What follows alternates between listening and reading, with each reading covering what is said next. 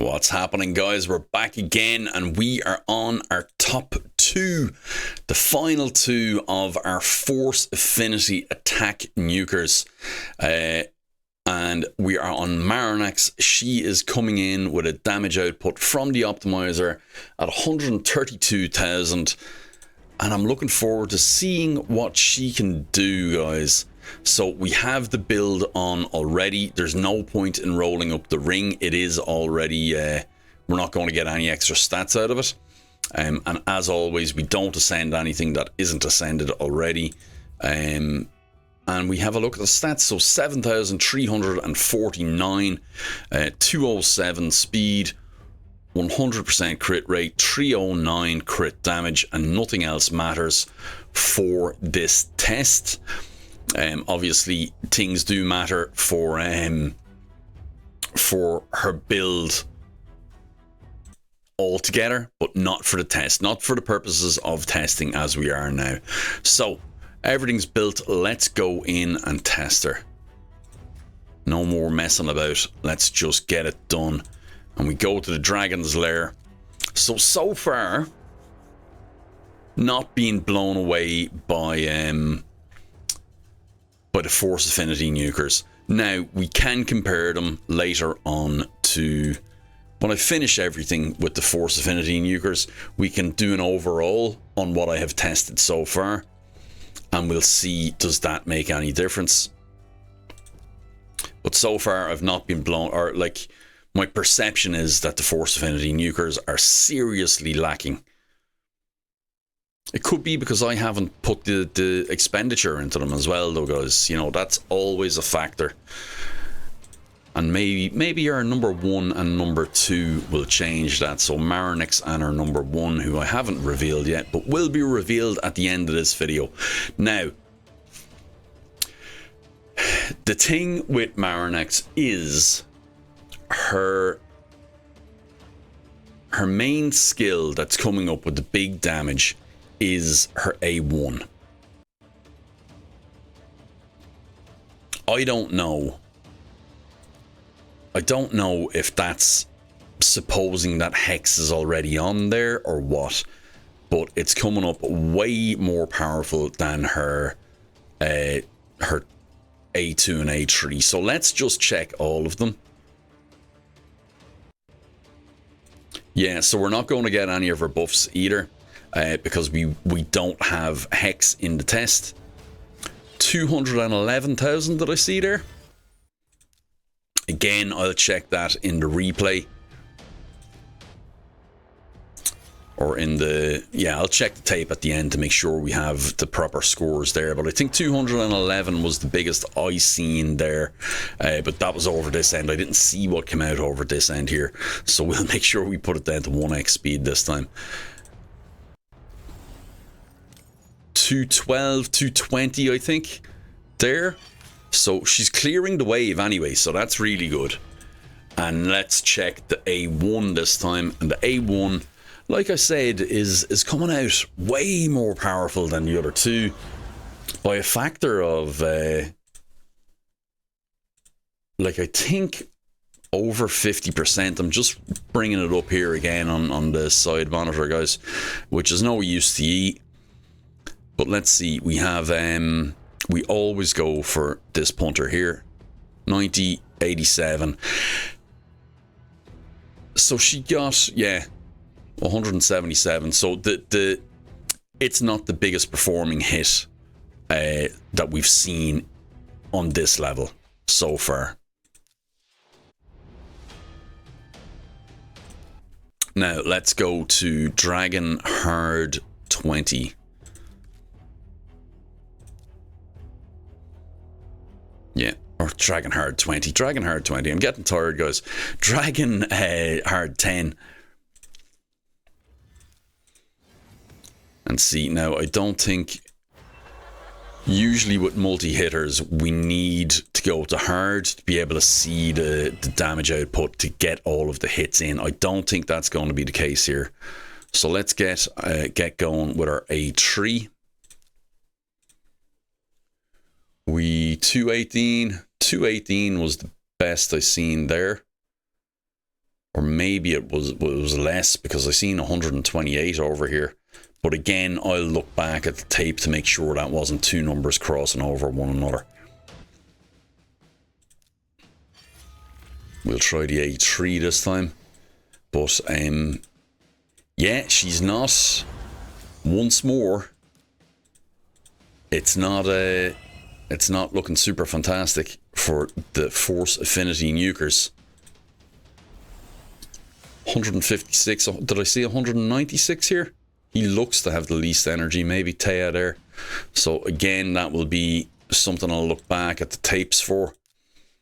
And we'll update in the file. And finally, we'll go for the A1. And we'll see, is the story telling the proper tale? Because I wonder, I'm kind of having a funny feeling that Hex is including itself in there. So if there's Hex out there, it can do up to 2 extra hits, so it can become a 4-hitter. Actually, I'm sure I can probably reverse engineer Saf's calculations if I look at it, but okay, 86, 87. Yeah. Don't think it's doing it, guys. Don't think it's doing it. So I wonder, is there an issue with the calculations there? So anyway, we'll go to arena as we always do, and we'll do our usual. I don't think it's going to be any difference. This is now just a formality, this one, because the damage output from the fight is pretty much the same for everybody.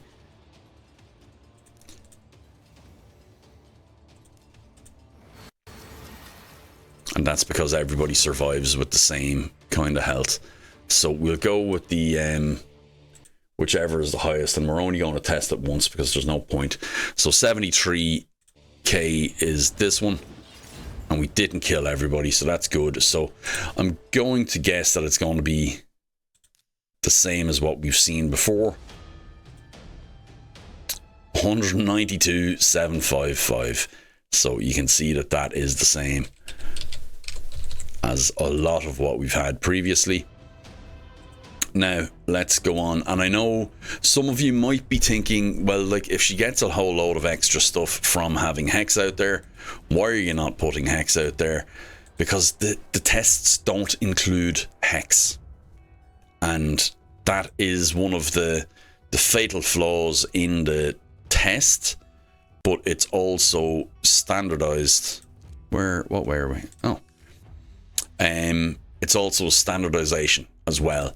So there's what the optimizer gives you, there's what we're testing here, and then also what they are maximally capable of given perfect conditions.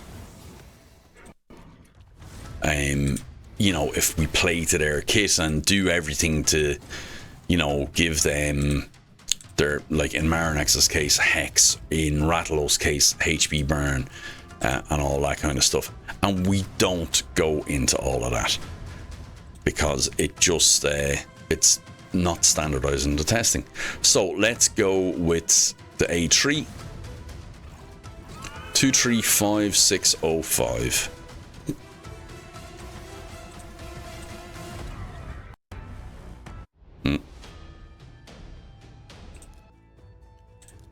And we'll test all of her skills.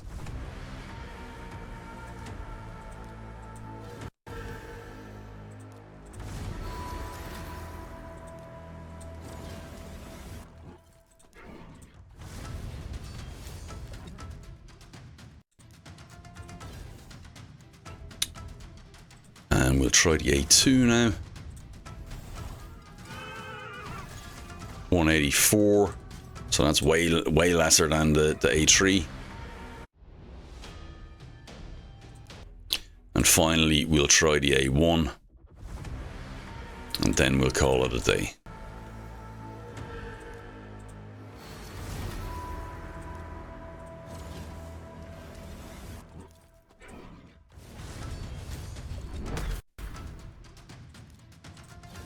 No, we won't call it a day. We'll call it a day on this. We won't call it a day overall because we still have clan boss to do. So the A1 should, on paper, be our biggest hitter. 8680. There's no way the calculations are correct for this. None. So if we look at this, 136,408, okay? The other two are 71 and 73. So if we look at... If we go in and actually look at her page, she's actually fairly high up there in ranking on the A1, but that has to be wrong. So this is calculated wrong. The easy way to do this, actually, so they have a 4 multiplier and a 4.1 multiplier. So let's say they are our controls, okay? And if we look at the optimizer, so 71793 is our control. 71793, and we divide that by 4. We're getting 17,948. Okay, so that's what the breakdown is coming out with from this skill. So from this skill, that's a 1x attack. Yeah. So from this skill, it should be 1.9. The thing should be 1.9 times that. No, sorry, it should be 3.8. Did I? Yeah, I did just do that. What a plonker. Okay, let's do that again. So 71793. 71793 divided by 4 equals that. Multiplied by 3.8 equals that. Now, the with hex, it has a chance to place up to 2 extra hits if the target is under a hex. So this is already 2 hits. So if we multiply this by 2, that will give us these 2 extra hits as well, which is 136,406.7.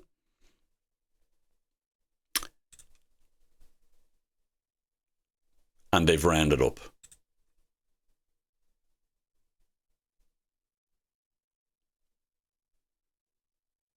Okay, so that's what's happening there. So that is another, when we were testing the voids, Oboro had an issue.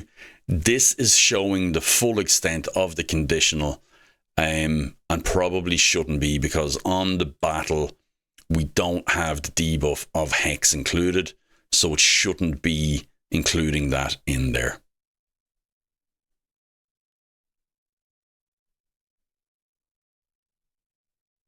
Actually, hex isn't even an option to select here. Okay, so that's why it's coming out like that. The actual output on that should be 68,203, so it should be her weakest attack, instead of being her strongest. Is it still here? It is. So it's doubling it up. It should be 73, 71. So 4.1 multiplier, 4 multiplier, and 3.8 multiplier, I think it was, is what it should be. So that's why we're getting the results wrong.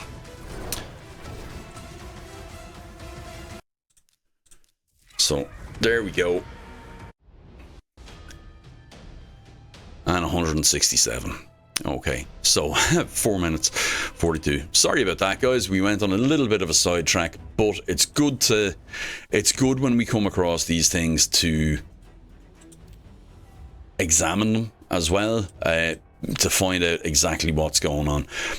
I always say it when using the third party and external tools and all that. Actually, I say it about a lot of things in life. Trust but verify. You know, somebody's going to help you out with something. Trust it, but verify, and all that kind of stuff. It just saves so much time in the long run. Now, we've done all our bits there, and we are on to Clan Boss. So let's go Ultra Nightmare. Let's make sure that we take out the old champion, and also don't quick battle. So we'll go to recently used, we will go to Maranix, and I always say we will set their skills up if it makes sense to do so. So we'll lead with this.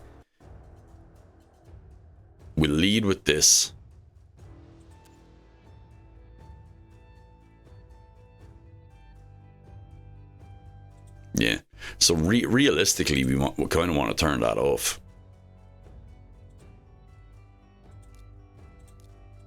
No. Yeah, don't use. And we'll first choice that. Okay.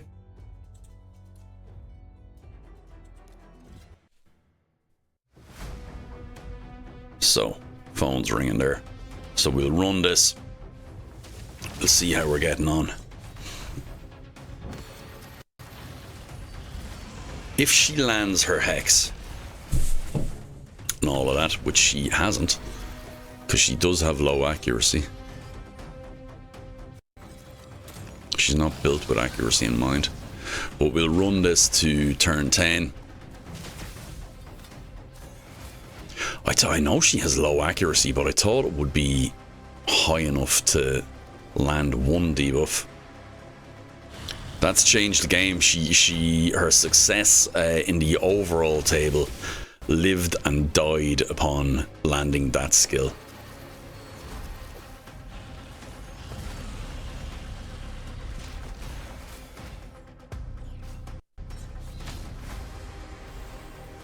There we go. We got it on that time. And actually, if we had a debuff extender, that would help her out massively as well. Yeah, we're at 5 and we're at... yeah, 3 million. Will be top 3 million by the time we take over to 6. And even there, he's lost the hex now, so she's only getting 2 hits in.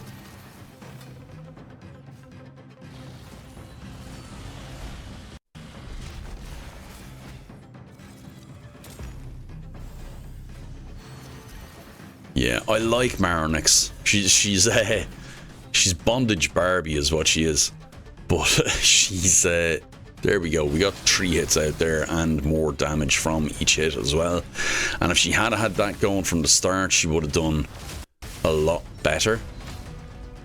But she doesn't, so she didn't. Just sucks to be her, really.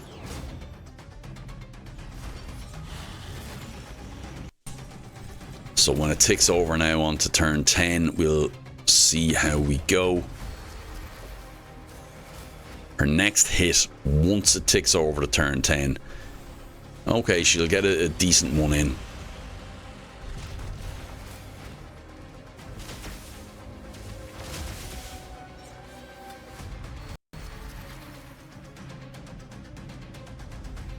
Six, 2, 1, 2. 329.